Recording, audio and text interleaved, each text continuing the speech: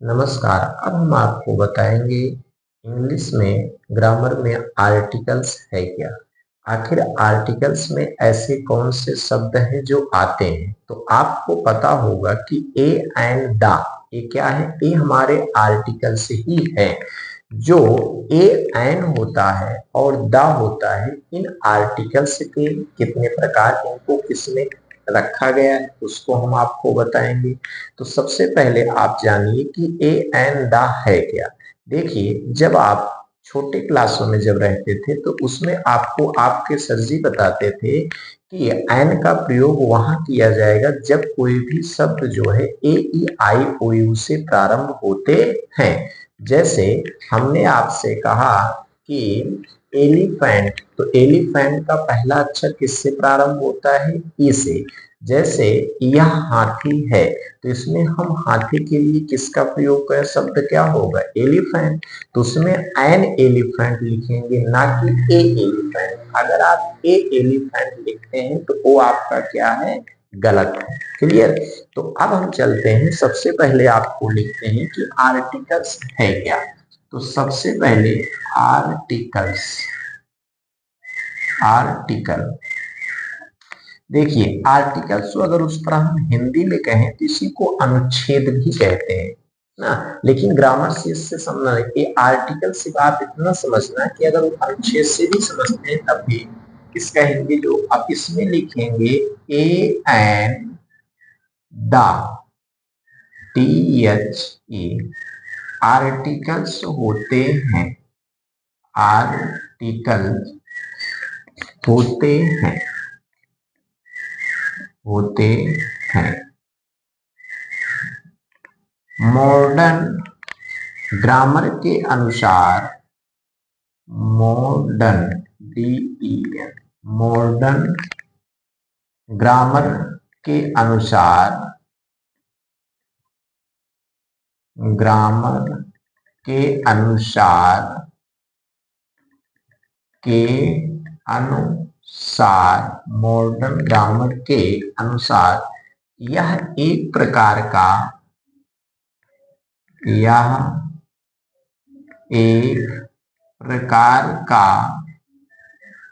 एक प्रकार का ग्रामर ही होता है, ग्रामर ही होता है, ही होता है। एक प्रकार का क्या होता है,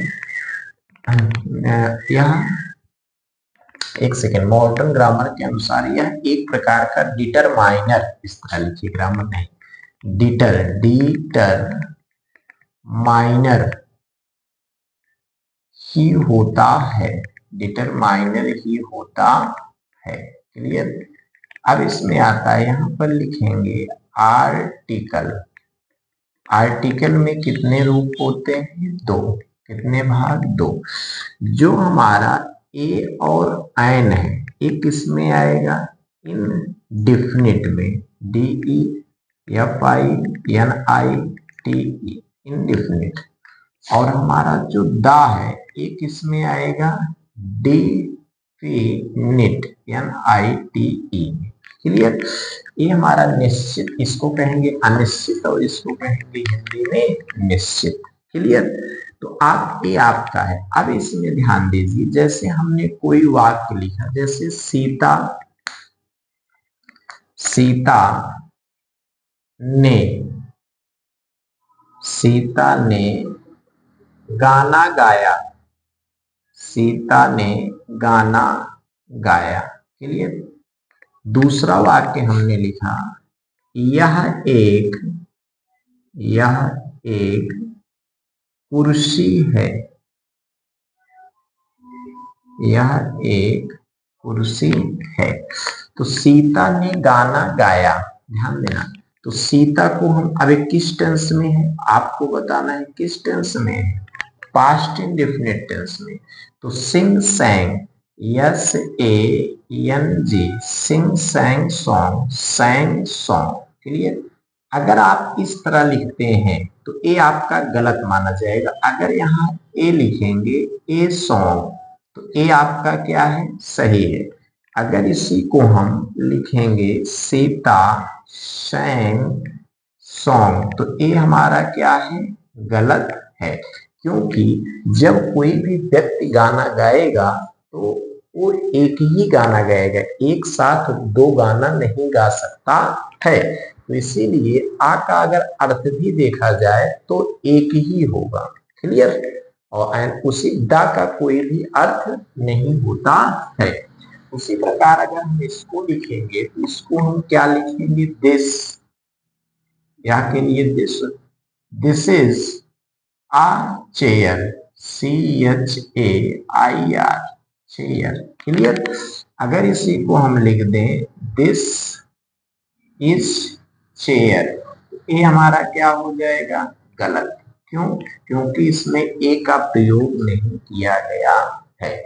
और एन का प्रयोग, जैसे मान लीजिए यह एक हाथी है ना, तो उसमें हम ए के स्थान पे किसका प्रयोग करेंगे, एन का प्रयोग करेंगे। समझ में आया। तो इसी प्रकार से जो हमारे आर्टिकल्स होते हैं उनको हम ए एंड द को ही आर्टिकल्स कहते हैं।